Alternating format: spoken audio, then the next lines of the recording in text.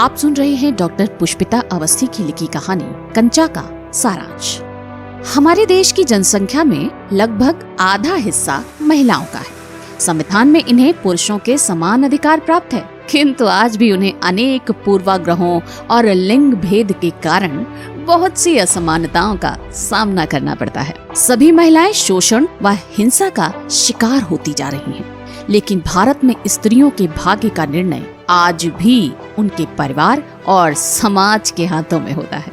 यदि कोई महिला उनके निर्णयों से मुक्त होने की कोशिश करती है तो उसे समाज बदचलन या चरित्रहीन होने का नाम दे देता है। पुरुषों ने महिलाओं के जीवन, उनकी योग्यता और कार्यशैली को निर्धारित करने की चेष्टा कर रखी है, लेकिन यथार्थ सत्य यह है कि महिलाएं भी पुरुषों की भांति अलग पहचान बनाने एवं अपने जीवन में उचित चुनाव करने की पूरी क्षमता रखती हैं। शिक्षा के प्रचार व प्रसार से देश में शिक्षित महिलाओं की संख्या निरंतर बढ़ती जा रही है और वे पढ़ लिख कर देश विदेश में नौकरियां करने लगी हैं। लेकिन हमारे पुरुष प्रधान देश में आज भी बाहर काम करने वाली महिलाओं के चरित्र को अपनी योग्यता के अनुसार आंका जाता है। एक पुरुष दुनिया के किसी भी कोने में स्वतंत्रता पूर्वक घूम फिर सकता है, परंतु हमारे देश में बाहर नौकरी कर रही महिलाओं को लोग संदेह और लालसा भरी नजरों से देखते हैं। हमारा समाज अकेली महिला को किराए का मकान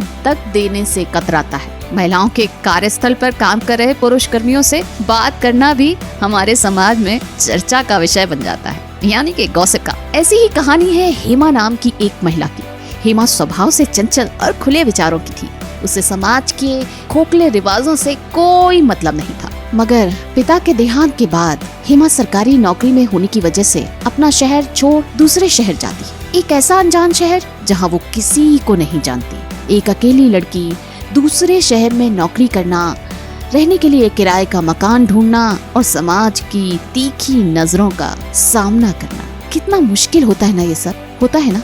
इसका पूरा विवरण आपको इस कहानी में देखने को मिलेगा। इस कहानी के दूसरे पात्र हैं श्रीनाथ जी, जो हेमा के कार्यालय में अफसर थे। श्रीनाथ जी बड़े ही सरल स्वभाव के इंसान थे। उन्हें अपने मान सम्मान का हमेशा डर लगा रहता था। श्रीनाथ जी हेमा के कहने पर उसके साथ किराए का मकान ढूंढने को निकलते हैं। एक अकेली लड़की का किसी गैर मर्द के साथ जाना समाज के लिए इस कदर चिंता का विषय बन जाता है कि समाज उसके चरित्र पर ही उंगली उठाना शुरू कर देता है। किराए का मकान ढूंढते समय हेमा और श्रीनाथ जी को बहुत सी समस्याओं का सामना करना पड़ता है।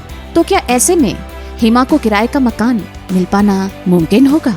क्या हेमा समाज की गंदी नजरों से लड़ पाएगी या हार कर वापस अपने घर चली जाएगी? जानिए इस पूरी कहानी को सिर्फ बुक्स एंड वॉइस पर।